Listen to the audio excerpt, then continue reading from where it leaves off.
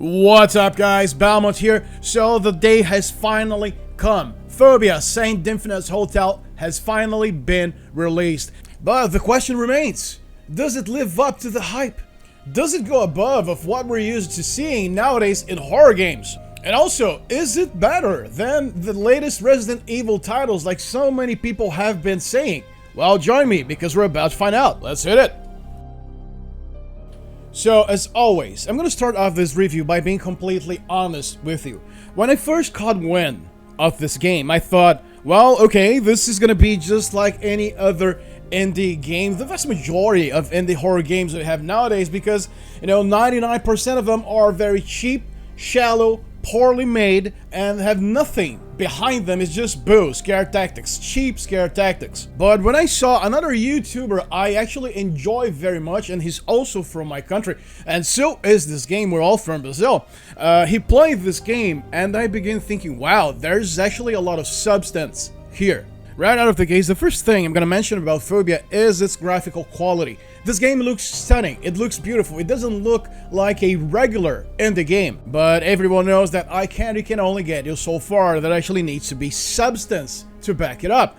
And I'm glad to say that as I played through this game, and don't worry, this is a spoiler-free review, I came to realize, I quickly realized that there has been a lot of effort into creating, I'm not gonna say mazes, but into creating different environments, a complex series of environments linked to corridors, linked to rooms, that make exploring this game very interesting. And here is where another very good element comes in: the puzzles. You see, Fobia, I just bumped my microphone, I always do that, I'm sorry, but as I was saying, Fobia doesn't bring puzzles to the level where, you're gonna have to quit the game and return later because you just don't know how to solve a puzzle, nor does it bring simplistic puzzles like the mediocre ones we saw in Resident Evil 3 Remake.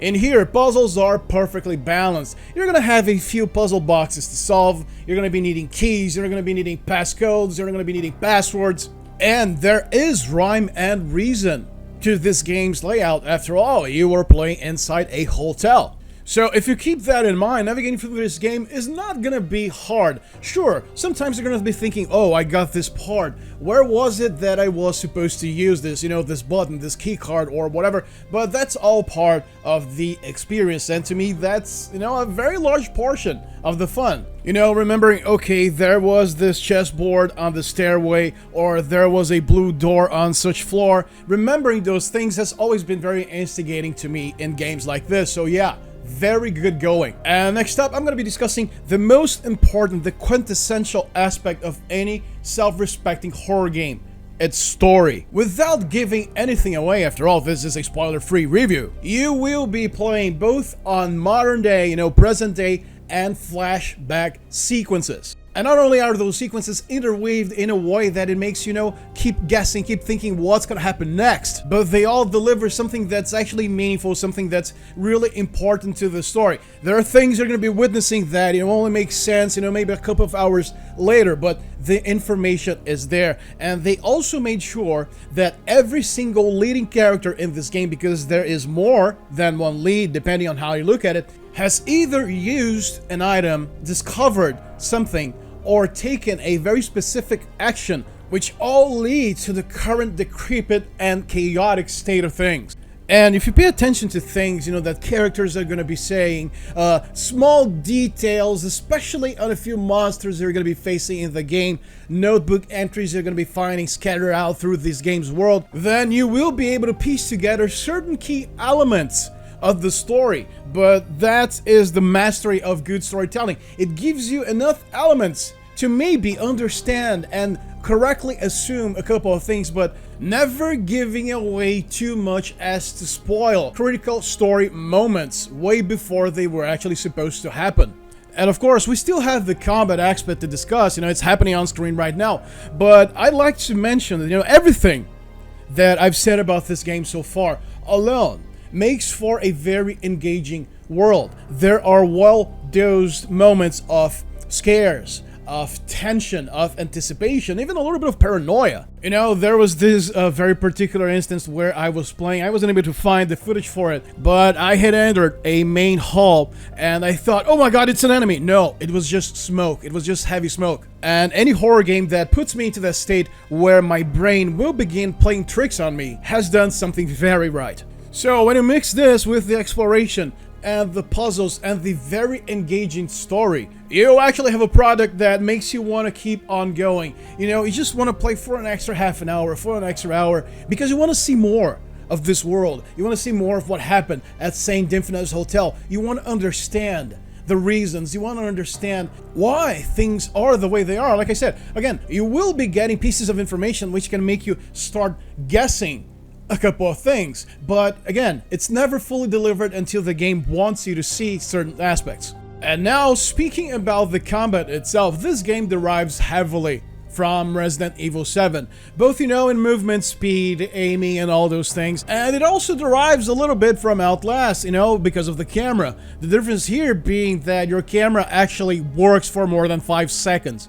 There's no battery replacement at every 5 seconds here. No, your camera works whenever you need it. Sans very few exceptions, but even those instances where I'm gonna say that you're gonna suffer complete blackouts are explained. You know, they explain to you what's actually happening, what's near you, you know, what's in the premises that's making this happen. If you pay attention to the game's dialogues, if you pay attention to the text logs, then you catch on pretty quick, and I value this. You know, I love games that tell their story both in a narrative way, you know, in a direct narrative way, and in complementary items. And now for the $1 million question. Is Fobia St. Dinfna's Hotel better than what Capcom has been doing with one of its most beloved franchises? Well, my friends, if you were thinking that I was gonna sidestep and say, hey, I leave this up to you to dodge incoming flak, then no, that's not what I'm gonna do. I'm actually gonna give you my opinion about this. Resident Evil titles have unlimited potential, largely because of the lore that Capcom itself has created for this franchise, but the problem is that they have been dropping the ball on a few occasions. For example, take Resident Evil 8. Up until House Benevento, the game is very intriguing, it's very interesting, you keep on wondering what's gonna happen next. But after that, man, it's like I always say, you know, the people responsible for the script, they left for lunch and never came back, so it was up to the people left in the office to say, well, you know, let's try and wrap this up. Now, of course, the game does still present us some very interesting moments, but it's pretty clear that, you know, after that point, the storytelling drops severely, you know, a lot of the mystery is simply gone. So, if you ask me, as Resident Evil currently stands, if we take it from Resident Evil 7 and 8, which were the last original entries, I'm not gonna talk about the remakes, then yes, Fobia is more interesting, is more compelling than what Capcom has been doing with Resident Evil. That's my take, and I really hope that this game actually makes waves. And listen, it's not because it's a game that's been made in my country. Of course, you know, when your country produces something that's really good, you want to see it succeed. You want to see your country grow. That's standard. But I want to see this game grow because maybe, just maybe, it'll actually stimulate, you know, this is something that happens with humans. Whenever you see something good coming out, then it will stimulate people to follow that line, you know, to follow that standard, to actually raise the bar. And when this happens, big timers like Capcom are forced to rethink their strategies, how they've been treating their own IPs, their own products. Now, granted, big timers usually take way too long to start doing this, but competition is a very large part of progress. So here's to both St. Dinfna's Hotel and whatever great horror titles that may come after it.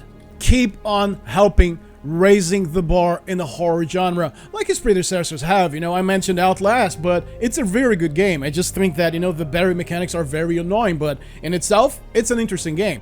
Now, listen, I need your assistance. I need your help to keep on growing. I know people don't like being asked for this, but we really need to remind you, we really need to ask you to hit that like button and subscribe to our channels, because a lot of the times when we're watching something, even if it's something that we enjoy, we'll forget to do this because there's so many things for us to see that we'll forget hitting the like button on things we actually enjoyed. And I really need those elements, which are free and quick for you to do, to keep on growing so I can bring out even more content like this, alright? So this is your man Balmont speaking to you. Hope you had a great time watching this, and I'll see you next round. Later.